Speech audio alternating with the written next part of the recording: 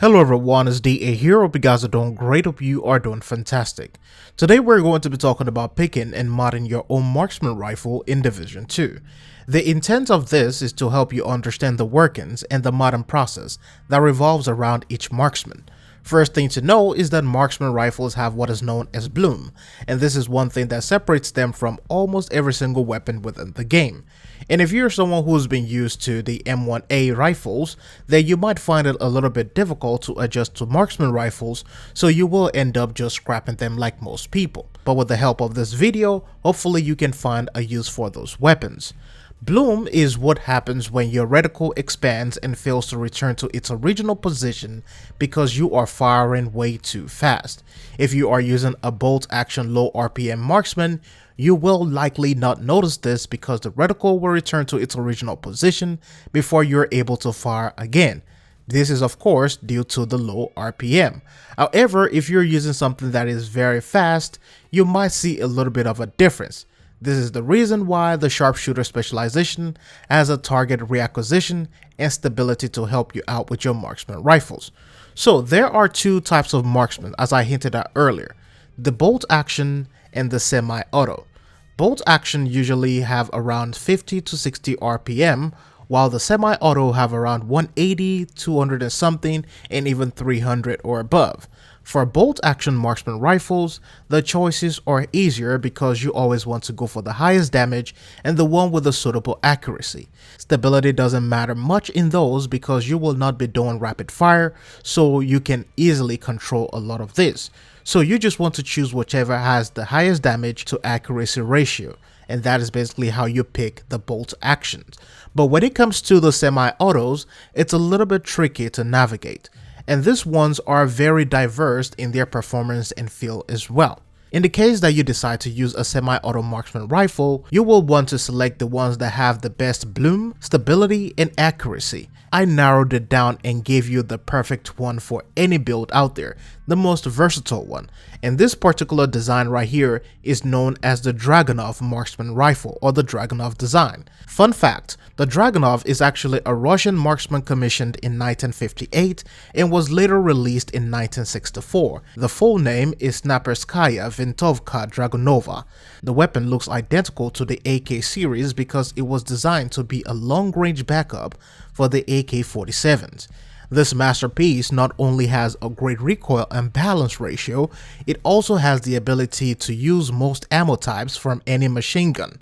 This gives this weapon the title of being the most versatile long-range weapon because it works both in long range and short range. If you run out of ammo, you can just throw in anything and it will work perfectly. Now this of course is the real world. Now as it stands in Division 2, this weapon is also still great. It almost doubles the fire rate of the M1A, so for most people who are transitioning, this is a rifle to pick up for ease of use. SVD marksman rifle has a slightly shorter bloom than most marksmen out there. The recoil is also slightly vertical and almost identical to what you will see in the SOCOM M1A. It kicks back mostly instead of just kicking up, and that is one of the things that you want to look for when it comes to some of these high power weapons. Picking the weapon is not the end either, because the choice of mods could make your experience better or worse. Ideally, you will want to stack your damage modifiers such as crit damage or crit chance. However, that is not the way to go when it comes to marksmen, because we are trying to control this beast of a weapon. I personally suggest going for what I call the CSAS. Starting from the very top or starting from the very left, you want to go with critical scope, maybe your critical chance or your critical damage or anything else that you want to use. Then you want to switch on to stability on the magazine, and then put accuracy on the grip, and of course use another stability, the highest form of stability, on the barrel. And by the way, these mods can be found from weekly invaded missions or by completing a level 4 control point. Now let's move on to the attributes and the talent. Attributes are mostly a matter of choice, and this of course depends on the stats you have already on your build. You could have high damage to armor or switch to something else that you needed, maybe some critical stats in there.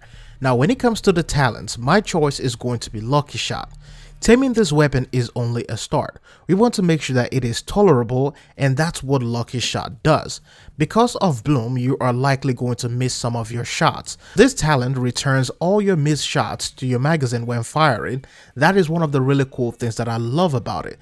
There are other talents out there that are interesting, but if we are guiding your average player or casuals like myself, ease of use is more important to a lot of us than anything. And when it comes to this weapon right here, stability and accuracy is also important because we already have that high firing rate.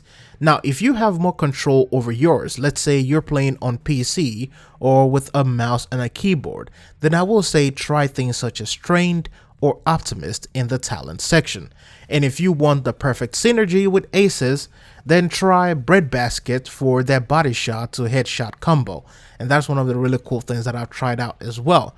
Now, I do have an aces build that I'm working on, but it's not ready yet because I'm still trying to make sure that I have all that synergy in place. But anyways, I hope this video helps you out.